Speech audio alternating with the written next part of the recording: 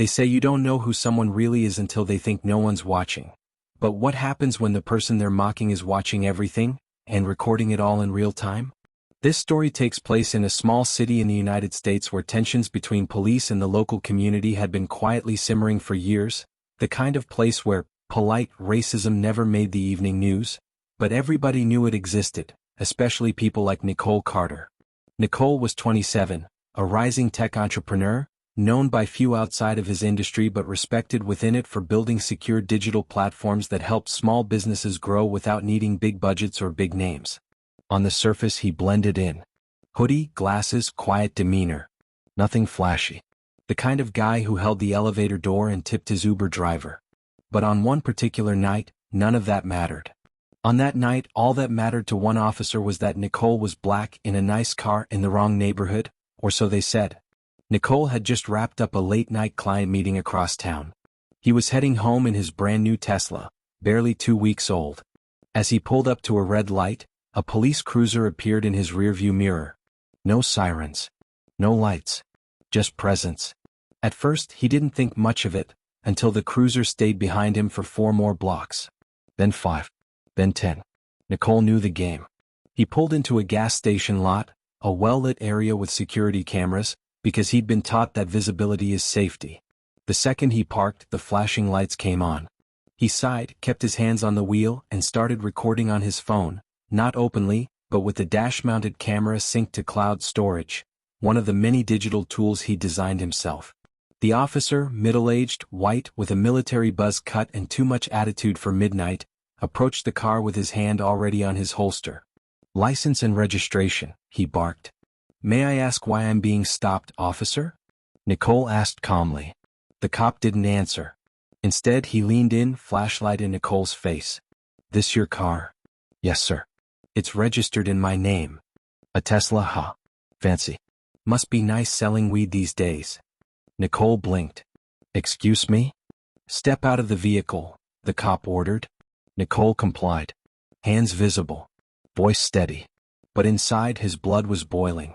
The officer searched the car without cause, called for backup, and before Nicole could even object, he was placed in handcuffs for officer safety.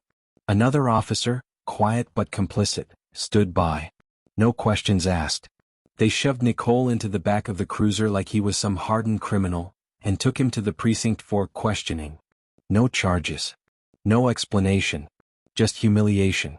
In the holding room, Nicole sat under flickering fluorescent lights, wrists sore, dignity shredded, while the officer, name tag reading D. Reynolds, began mocking him from the other side of the glass. "Another one of these tech geniuses, huh?" he said sarcastically to a colleague. "They all think they're the next Zuckerberg. Please. Hey, maybe he'll code us a new coffee machine while he's waiting for his lawyer," the other one joked. "If he even has one." They laughed. But Nicole wasn't laughing. What they didn't realize was that the entire room was being live-streamed, audio and video, to a secure server. Not only that, Nicole had silently triggered a failsafe on his phone before they took it. That call had gone through to one person who knew exactly what to do.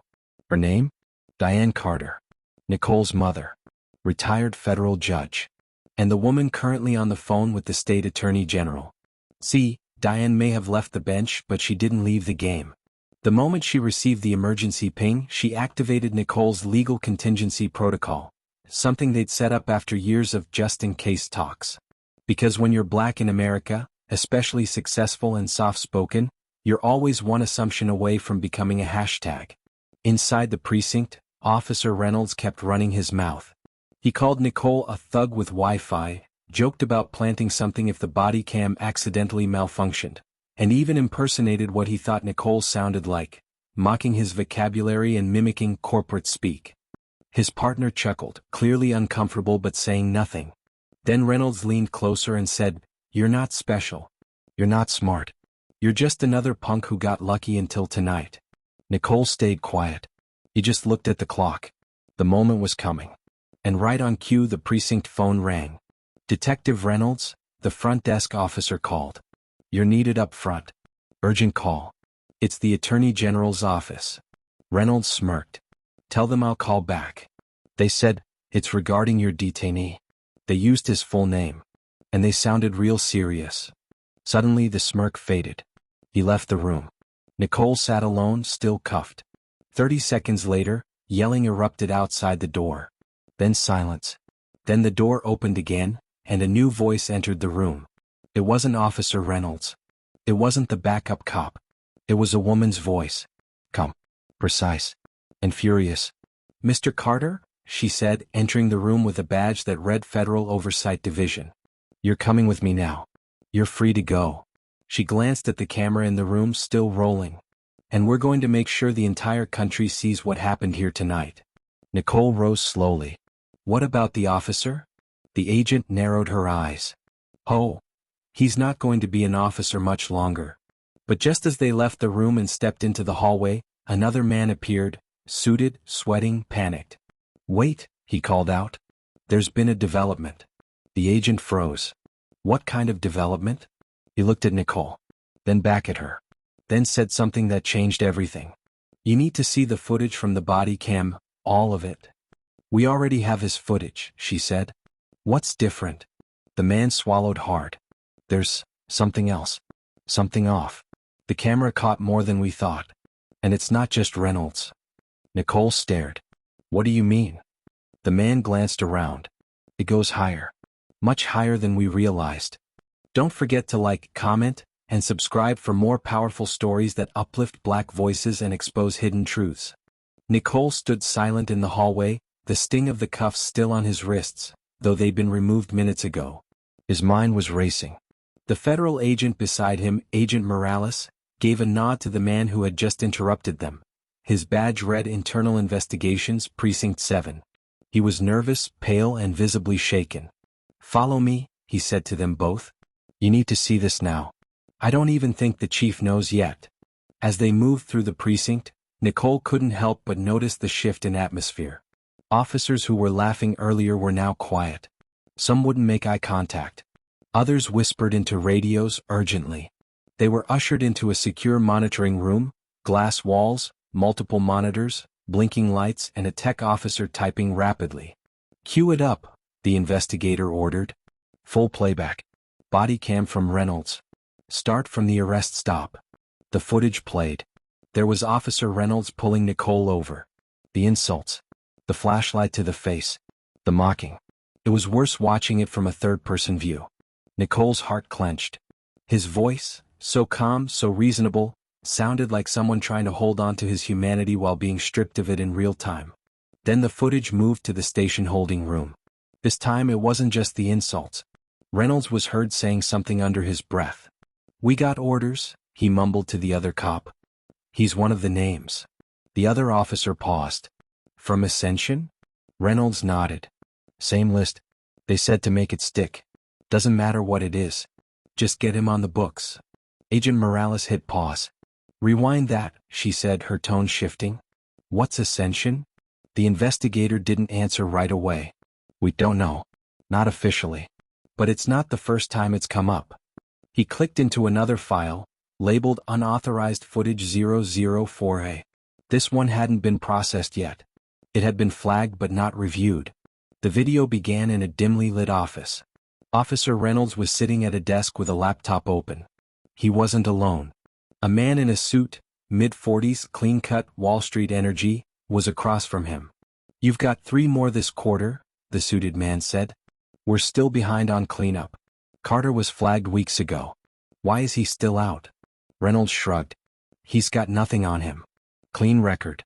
Real job. Kind of hard to pin anything." The man leaned in. "Then make something stick. We've got backers who don't like delays." "You're talking federal now," Reynolds said. "We're already pushing the line." The suited man smiled. "There is no line. Not anymore." Morales slammed her hand on the table. "Who is this man? What is this program?" The investigator replied, "We traced the badge on his lapel. He's not with law enforcement. He's with a firm contracted by a private security foundation, Ascension Public Safety Initiative." "What's that?" Nicole asked. The room went still. The investigator turned to him. "It's a shell organization. They funnel money into community safety programs, but they target people flagged by an algorithm they say predicts criminal behavior." Morales narrowed her eyes. Predictive policing? He nodded. Worse. Racial bias baked into data models. Your profile fits a flag pattern, not because you did anything but because your zip code, profession, and even your car choice triggered their system. Nicole's jaw clenched. So they targeted me, because I don't fit the stereotype they're comfortable with? Exactly. And they count on victims staying silent, settling quietly, or not surviving the encounter. Morales stepped out to make a call, and Nicole turned back to the monitor. More files were loading. Photos of other black and brown men. Arrest reports with thin evidence. Internal memos. Payments made to officers marked bonus. And then his blood ran cold. He saw his own face again. But this time on a document titled High-Risk Community Influencers. Suppression Priority Tier 1. Next to it were details only someone with access to federal data could have compiled. His IP address history. His encrypted messages. Even metadata from private video calls. He looked at the tech officer. How did they get this? The tech shook his head. This isn't local police surveillance. This is... But before he could finish, the lights in the building flickered. Then went dark. The monitors shut off. Emergency lighting clicked on. Red. Dim. Silent. Then the secure phone on the wall began to ring. The investigator answered. Hello. His face went white. Who is this? A beat of silence. Then he turned to Morales.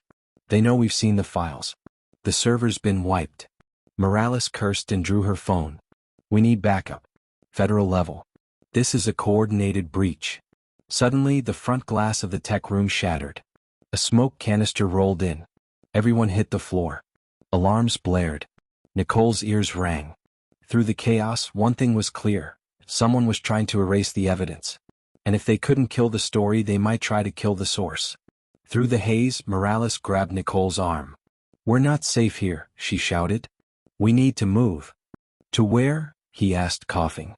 She looked him dead in the eyes. To someone who knows how deep this really goes. Who? Nicole demanded. My contact inside Ascension. The only one who flipped.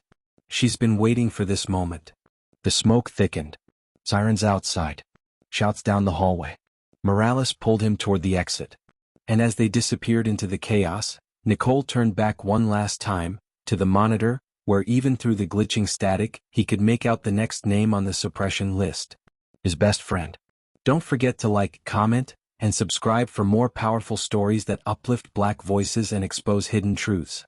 Nicole had barely caught his breath when Agent Morales dragged him down the rear staircase of the precinct, the fire alarm shrieking behind them like a final warning. The smoke grenade had been no bluff. Someone wanted to erase everything and they didn't care who got caught in the sweep. As they burst through a service door and into a back alley, a black government-issued SUV screeched to a halt in front of them. The driver, a woman in civilian clothes, alert and armed, waved them in. Move. Now, she yelled. Morales shoved Nicole inside, jumped in after him, and they sped away into the night. How did they know we were there? Nicole asked, coughing, his eyes red from the smoke. Morales answered without hesitation. Ascension has more eyes than we thought. There's someone inside the department feeding them intel. Nicole blinked. A mole? More like a team. This goes deeper than local corruption. The SUV swerved through the city, taking back streets and off-grid routes. They didn't say much more until they reached a quiet industrial district. Empty warehouses, graffiti, not a single soul in sight. The SUV rolled into a loading dock, and a steel door opened automatically. Inside was a dimly lit command center, part garage, part underground bunker. Computers, maps, encrypted monitors. Someone was already waiting. A woman mid-30s, black, dressed in tactical black and typing rapidly. She looked up as they entered. Is that him? She asked. That's him, Morales said. Nicole Carter. You've been watching him for 2 years. Say hello. Name's Naomi Wynn, she said, standing. I used to work for Ascension. I built half the original surveillance AI. Got out when I realized they were using my algorithms to target people like me. Like you. Nicole stared. Why would you help build something like that? Naomi didn't flinch. It wasn't supposed to be racist. It was supposed to identify actual risk, violent criminals, serial offenders. But then the data started getting manipulated. They adjusted the parameters. Suddenly, a black teen with straight as in a low-income zip code was flagged higher than a white felon 2 towns over. Morales added, and the worst part? They built it under the guise of a non-profit public safety initiative, so it could get government funding without real oversight. Nicole shook his head. So you're telling me this isn't just about me being pulled over? This is a full system? Naomi nodded. Ascension operates in 14 states. Over 200 departments. Their goal is to pre-neutralize potential threats to their idea of order. You weren't just profiled, you were pre-selected. The arrest was just the cover. Cover for what? Nicole asked. Naomi turned her monitor around. It showed a schematic of his life. Emails, social media, GPS routes, bank records. You're not just any tech entrepreneur. You built privacy infrastructure that they can't hack. Your latest platform helps independent journalists communicate anonymously, and whistleblowers leak without traceability. That makes you dangerous. To them. Morales added, they needed to discredit you. A public arrest, even if it doesn't stick, puts doubt in the system. Anyone who searches your name now sees, arrested for obstruction, resisting, suspicious activity, even if it's all fake. Nicole's fists clenched. So how do we fight it? Naomi pulled up a new file. We go public. But not with just one case. We burn it all down. We leak every flag profile, every paid-off department, every federal contractor involved. But we have a problem. Nicole leaned forward. What? Naomi pointed to a red folder on her desk. The master key. The root access to the entire Ascension infrastructure. It's kept offline. No remote access. Only one physical backup exists, and it's stored in a secure location. Where? The Citadel, she said. Their private facility in Virginia. It's like a fortress. Private security. Biometric access. Even the feds can't just walk in. Morales crossed her arms. We've got to get in without alerting them. If we trigger their internal alarm, they'll purge everything. We'll lose it all. Nicole said, I'll go. Both women turned to him. Excuse me? Naomi asked. You're a civilian. A targeted one. Exactly, Nicole said. I'm the last person they'll expect. And I know how to get into secure networks. You need a face. I've got one they already underestimate. Morales hesitated. We're not asking you to be a hero. I'm not trying to be, Nicole said. But this thing already cost me my freedom, my name. I'm not letting it take anyone else's. Naomi nodded slowly. Then you'll need to get close to someone on the inside. Who? Nicole asked. She turned her screen again. This time a face appeared. Mid-20s. Clean cut. Military background. Currently listed as an Ascension logistics officer. His name? Kyle Manning. Morales's eyes narrowed. Wait. He's local. That's the guy who met with Reynolds in the footage. Naomi nodded. He runs distribution for their data packets. If we can get him talking, or get to his terminal, we might find a backdoor into the Citadel. Nicole's jaw clenched. Let's do it. Naomi grabbed a black duffel bag. Then suit up. We've only got a 48-hour window. After that, Ascension cycles its internal encryption. Everything gets rewritten. They began preparing immediately. Gear, fake credentials, burner phones. Nicole practiced his cover story. Naomi coached him on signals and exits. Morales plotted backup. Then at 3 a.m. Nicole left the hideout, dressed in civilian clothes but wired with a covert audio feed. His destination? A tech conference downtown where Kyle Manning was scheduled to speak on data-driven safety innovations. Nicole entered the venue, heart pounding. He passed security, flashed his forged pass, and moved into the networking lounge. And there, sipping coffee and checking his tablet, was Kyle. Nicole approached. Hey, he said casually. You Kyle Manning? Kyle looked up, smiled politely. Yeah, that's me. Big fan of your work, Nicole said. Especially how you blend data science with policy. I'm trying to do the same with independent systems. Kyle perked up. Really? That's rare. Most indie devs are just building apps. What's your name? Nicole extended his hand. Jason Mitchell. Kyle shook it. Nice to meet you. You local. Just moved back, Nicole lied. But I've been following your firm. I actually wanted to ask, how do you handle threats to the pipeline? Like, leaks or whistleblowers? Kyle smirked. We don't get leaks. But if we did, they'd be taken care of. Quietly. Nicole kept his face neutral. Good to know. Kyle tapped his badge. You should come by our operations suite later. We're demoing something you might like. Think you can handle clearance? Nicole smiled. Try me. Kyle laughed and patted him on the shoulder. I like you. Stick around. As Kyle turned away, Nicole whispered into the mic. He's hooked. I'm in. Morales' voice crackled in his earpiece. Stay close. Do not go to that suite alone. We'll have eyes on you in 20 minutes. But 20 minutes would be too late. Because just then Kyle returned. Change of plans, he said. Want to see something cool now? He handed Nicole a lanyard and gestured toward a restricted elevator. Nicole hesitated. Right now. Kyle nodded. Don't worry. It'll just be us. Nicole forced a smile. Lead the way. The doors closed. And as the elevator descended below the conference center, Morales shouted in his earpiece, Nicole, abort. Abort now. But it was too late. The elevator passed the sublevel. The lights turned red. The floor number disappeared from the panel. And Kyle turned to Nicole with a grin that no longer seemed friendly. You know, he said, we've been watching you longer than you think. Don't forget to like, comment, and subscribe for more powerful stories that uplift Black voices and expose hidden truths.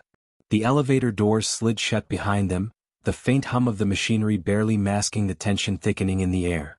Nicole's heart pounded so loud he could hear it in his ears, and the cold, sterile walls of the elevator felt like a coffin closing in. Kyle's smile didn't reach his eyes anymore.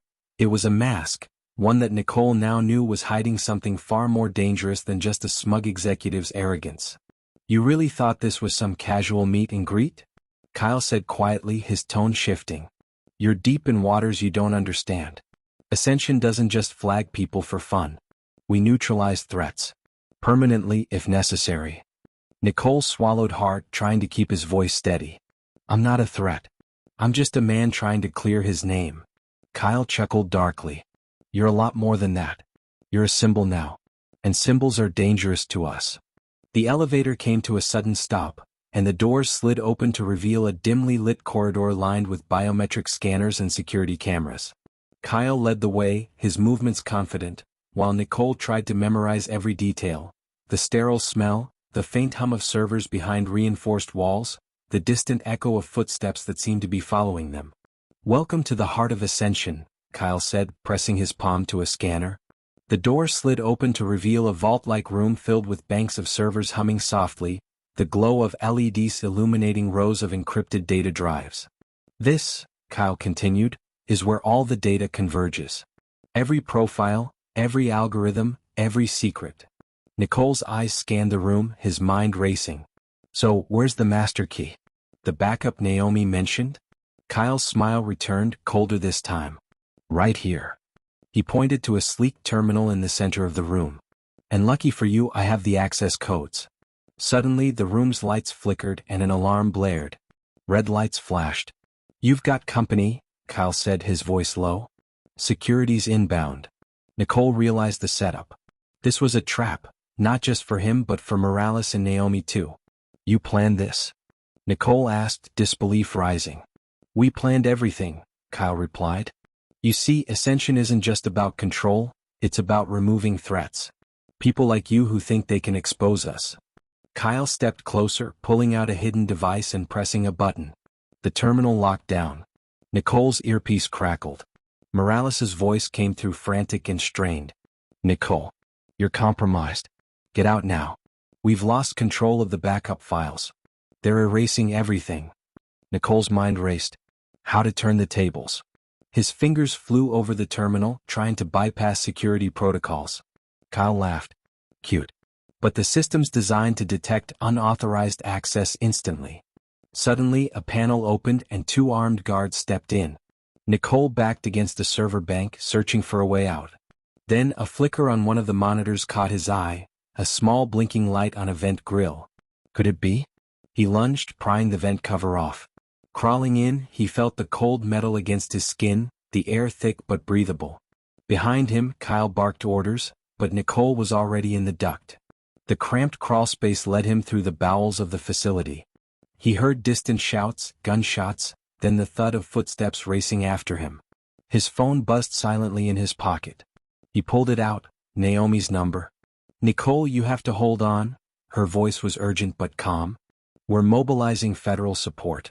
But Ascension has activated a kill protocol for the data, and anyone near it." Nicole swallowed hard. Kill protocol? It means they'll destroy all evidence and anyone caught in the crossfire. He had to escape fast. The vent led him to a stairwell exit. As he emerged into a storage area, he saw a janitor's cart and supplies stacked high.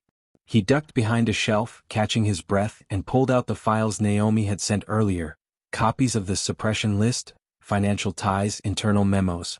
Then his phone buzzed again. It was Morales, breathless. "Nicole, we've got an emergency.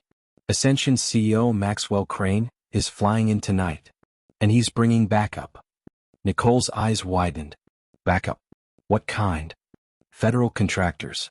Private military operatives. They're going to wipe out any resistance." He gritted his teeth. "We need to get the data out before that happens." "And we will," Morales said. "But you're the key. If you don't make it back with the files, no one else will." Nicole nodded to himself. He'd come too far to back down now. He slipped out of the storage area, moving quietly toward an emergency exit. As he neared the door, his phone buzzed again, this time with an unknown number. A voice came through, cold and measured. "Mr. Mitchell, we know who you are. And you won't be leaving Ascension alive." Nicole's blood ran cold. He glanced around, every shadow seeming to move. Then footsteps behind him. He spun, heart pounding. But what he saw wasn't Kyle or the guards, it was a familiar face. Naomi. But she wasn't alone. Behind her stood a figure cloaked in darkness, a figure Nicole never expected to see in this fight. The face that had betrayed them all. Don't forget to like, comment, and subscribe for more powerful stories that uplift Black voices and expose hidden truths. Nicole's breath hitched as he stared at the shadowed figure behind Naomi. For a moment, everything froze, the muffled alarms, the distant gunshots, even the pounding in his chest. Then the figure stepped forward into the flickering light, revealing a face Nicole knew far too well. It was Detective Reynolds, the same cop who had arrested him weeks ago and mocked him in custody.